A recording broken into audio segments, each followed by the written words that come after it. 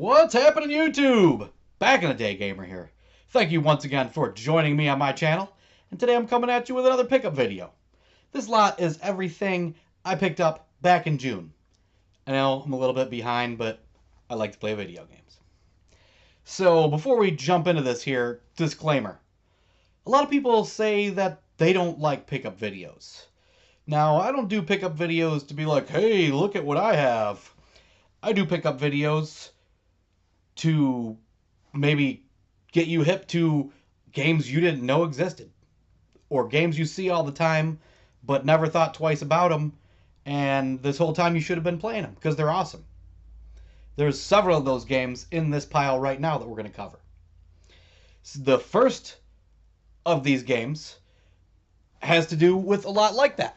Now, I never would have even heard of this game if it weren't for watching someone's pickup video. This game's an import, that's why. It is Bomberman Beatman. Whatever that is, I'm not sure if you can see it there. But anyhow, Nintendo turned me on to this one. I was excited because Super Bomberman 2 was the Super Nintendo game I probably played the most. This game isn't as fun as Super Bomberman 2, but it is good. It's basically Bomberman bowling. It's an easy concept, great pickup of playability. You know, you're bowling. You either throw straight or with a hook. Sometimes there's bombs you need to hit to create a chain reaction of explosions. You know, little bombs have small blast radius, larger have larger. I've got several other Bomberman Super Famicom imports. This is the best of them by far. I want to thanks again to Nintendo for the heads up on this game. Been having a lot of fun playing it. I'm going to play it a lot more. Check out his channel, Nintendo.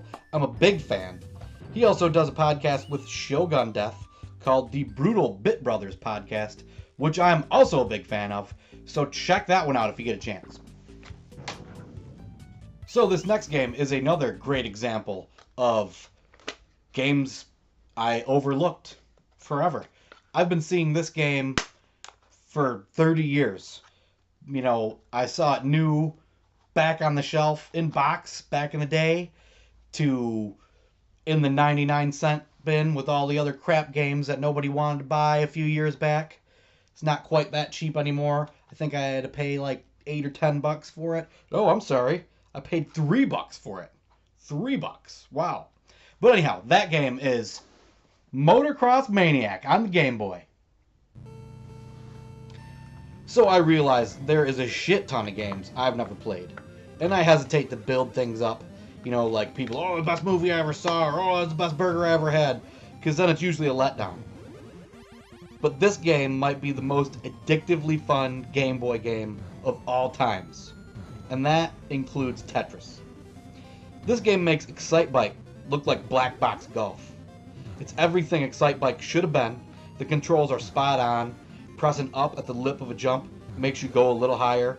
Downsiding the jump speeds you up. Whoever made this game raced motocross for sure. You know, there's the mode where you race the shadow. That's a great touch because you don't have to worry about running into them. The upside down mid-air circles are fun as hell. That's what makes this game deserve the name Motocross Maniacs. I had to force myself to put this game down because I have to get my buddy Chalin over here to play it. He's a big motocross guy, and I don't want to have a bunch of experience and just kick his ass and make it no fun for him to play when he gets over here. But Motocross Maniacs. I think this is my favorite Game Boy game of all time. Next, we're moving on to Gym Power and the Lost Dimensions in 3D. Yet another game I never heard of, but I saw on someone's review or pickups, and the next time I saw it in the wild, I snagged it. So the graphics and the soundtrack on this game, wow. The graphics are like too much. The controls are tight, but combat kind of sucks. You get the one-hit death bullshit. Luckily, it's a game where the enemies do not endlessly respawn, so you have to take it slow or you end up running into them. But you can't really take it slow on this game because it is fast. Apparently there's some kind of top-down board and a spaceship shooter. I didn't get that far because I didn't play it that much, but I Watched it on the intro, and those looked really cool. Another thing that looks really cool in this game is the game over sign. Awesome. I may start putting that at the end of my videos. Don't steal my idea. Then we've got the timeless classic, Zelda, Link to the Past. I can't even say anything about this one because I have to confess, not only has it been 20 years since I've played this, but I barely ever played it.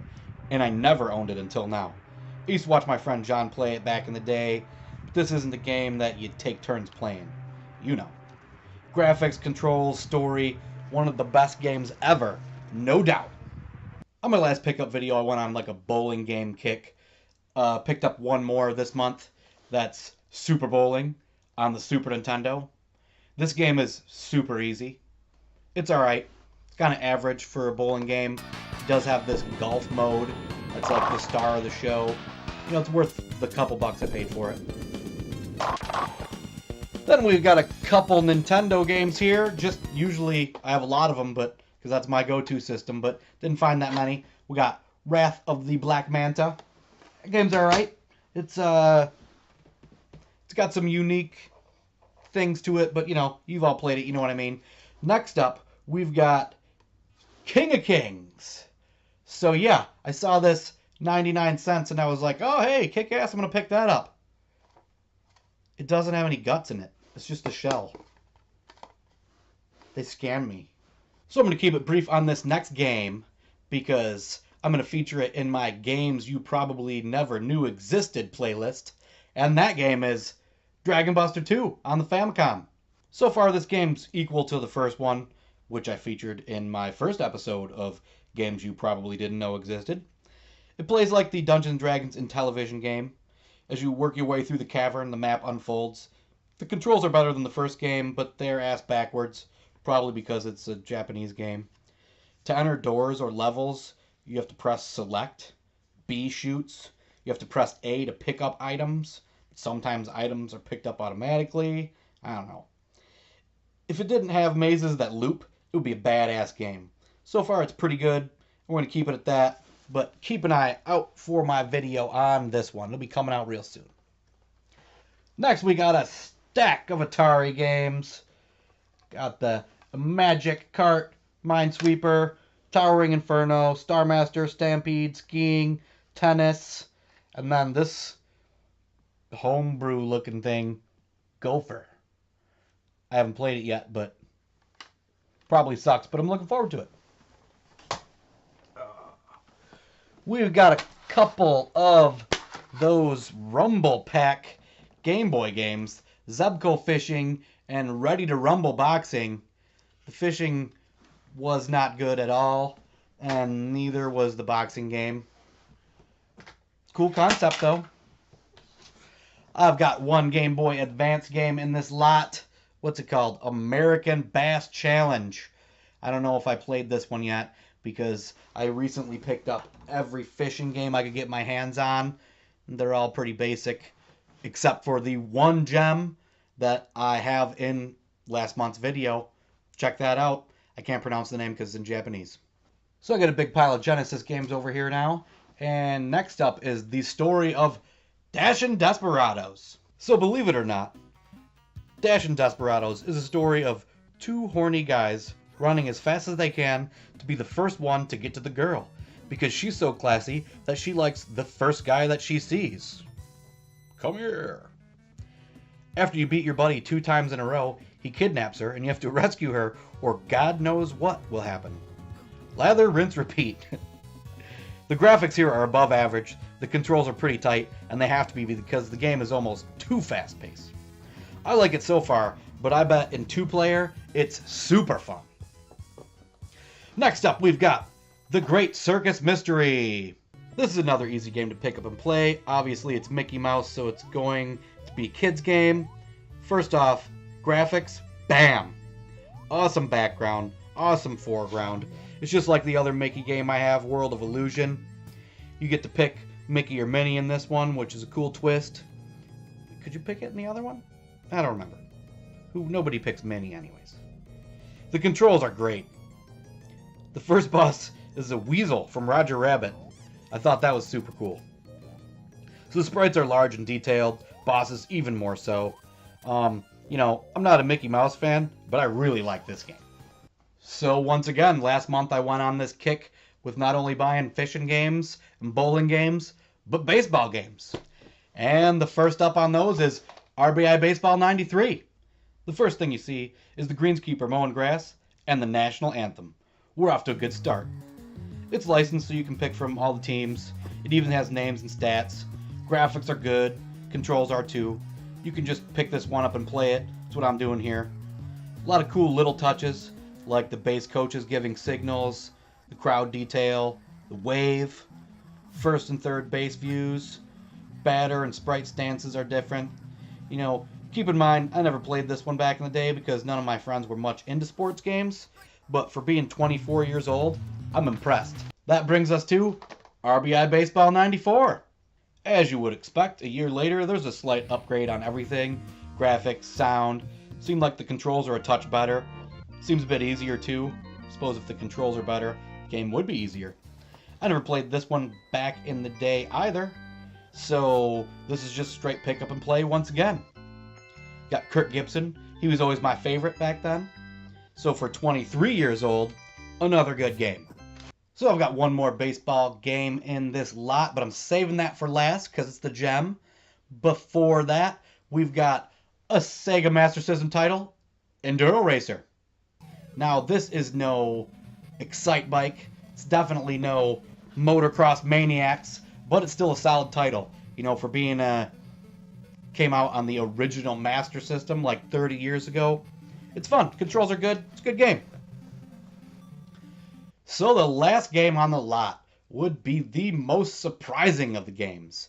Not the best, because we got Link to the Past on there.